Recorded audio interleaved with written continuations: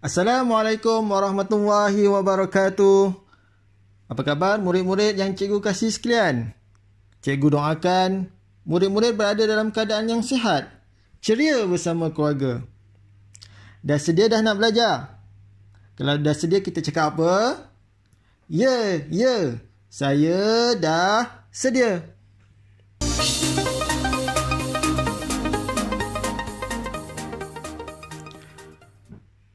Sebelum kita meneruskan pembelajaran, cikgu akan terangkan objektif pembelajaran kita pada hari ini. Yang pertama, murid-murid dapat menyebut dan memahami maksud wahyu. Yang kedua, murid-murid dapat mengetahui dan memahami peristiwa penurunan wahyu yang pertama. Baik murid-murid, pada hari ini kita akan belajar dalam bahagian sirah, iaitu kisah Nabi Muhammad SAW di bawah tajuk Wahyu Teragung. Kita sebut sama-sama tajuknya apa? Wahyu Teragung. Apa maksud wahyu, cikgu? Bagus soalan tu.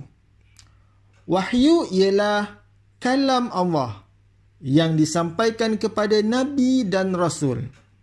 Kita sebut sama-sama sekali lagi. Wahyu bermaksud kalam Allah yang disampaikan kepada Nabi dan Rasul. Kalam Allah itu apa, cikgu? Ya, bagus. Soalan yang baik.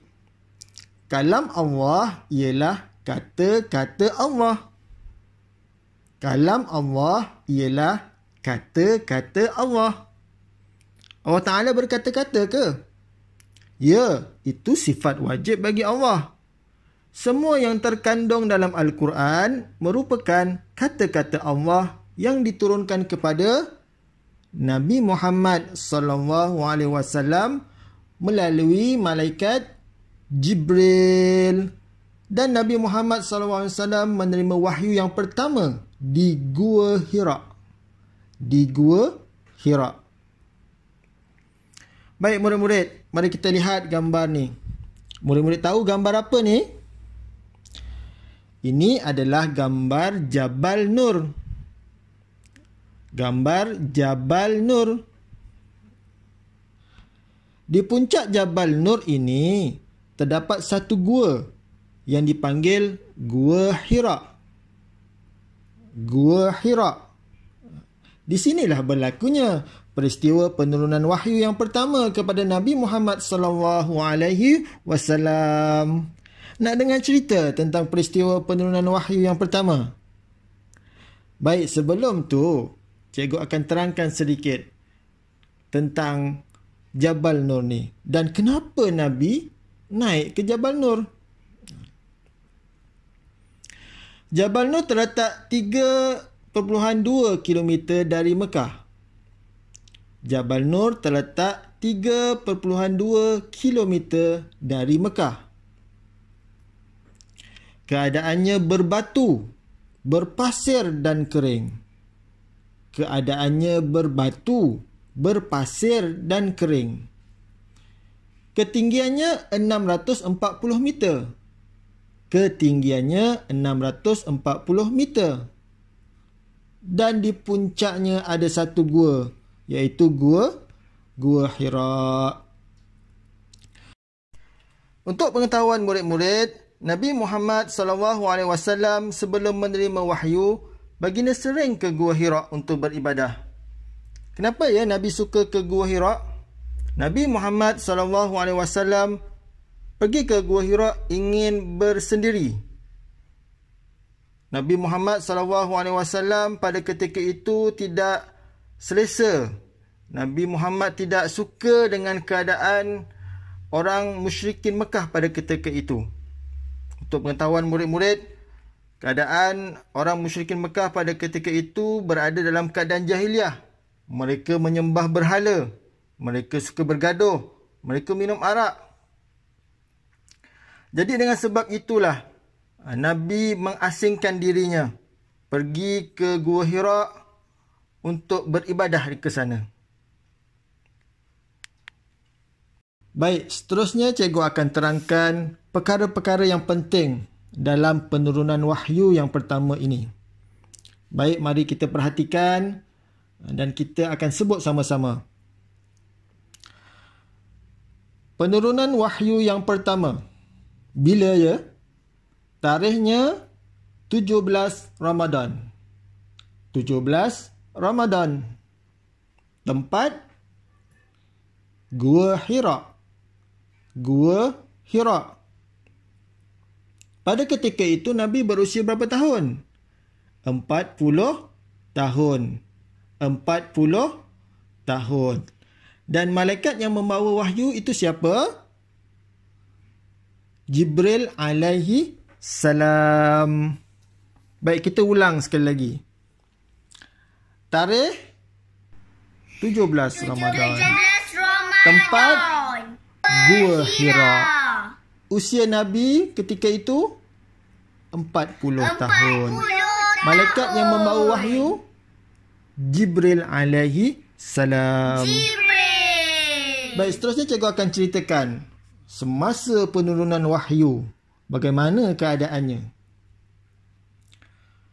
Malaikat Jibril telah bertemu Nabi ketika baginda beribadah.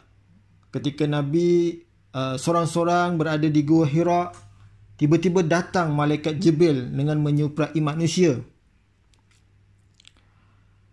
Agak-agak Nabi bagaimana ya? Tentulah Nabi takut. Pada ketika itu Jibril meminta Nabi Muhammad membaca. Tetapi Nabi Muhammad tidak boleh membaca. Untuk pengetahuan semua, Nabi Muhammad tidak boleh membaca. Lalu Jibril memeluk dan meminta baginda membacanya lagi. Baginda memberikan jawapan yang sama. Aku tak tahu baca. Kemudian selepas 3 kali disuruh membaca, Jibril mengajar Nabi membaca. Jibril ajar Nabi baca apa? Itulah wahyu yang pertama turun, iaitu surah Al-Alaq ayat 1 hingga 5. Jibril ajar Nabi baca surah Al-Alaq ayat 1 hingga 5. Itu dia wahyu yang pertama diturunkan oleh Nabi kepada Nabi Muhammad sallallahu alaihi wasallam. Murid-murid tahu bagaimana ayatnya? Baik, kita baca sama-sama. Dengar dulu cikgu baca. Bismillahirrahmanirrahim. Iqra' bismi rabbikal ladzi khalaq. Khalaqal insana min 'alaq. Iqra' wa rabbukal akram. Alladzi 'allama bil qalam. 'Allamal insana ma lam ya'lam.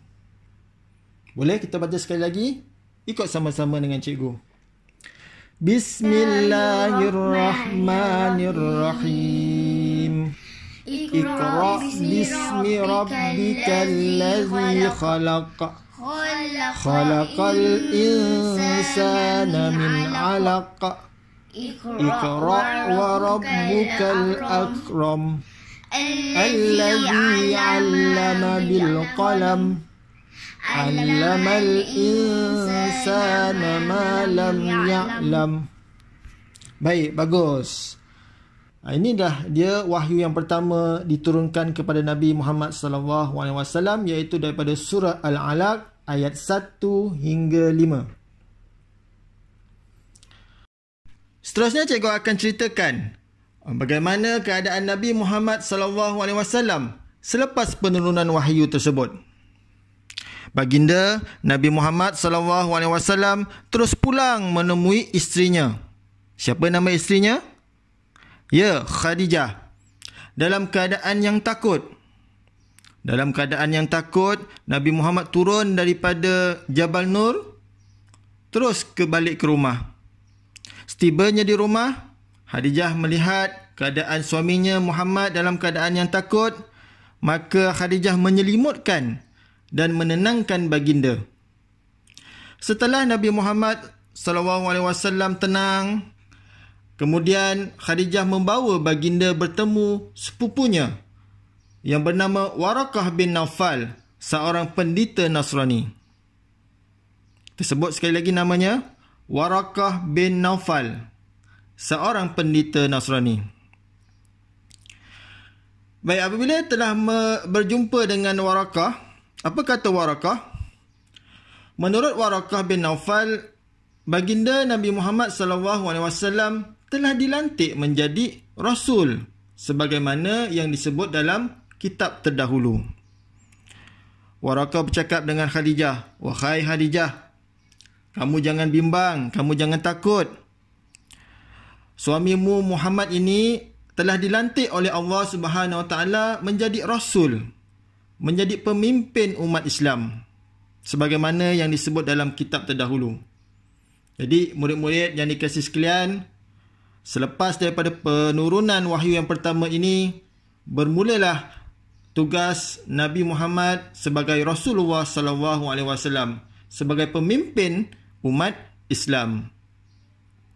Jadi itu saja untuk penerangan tentang tajuk wahyu teragung ini.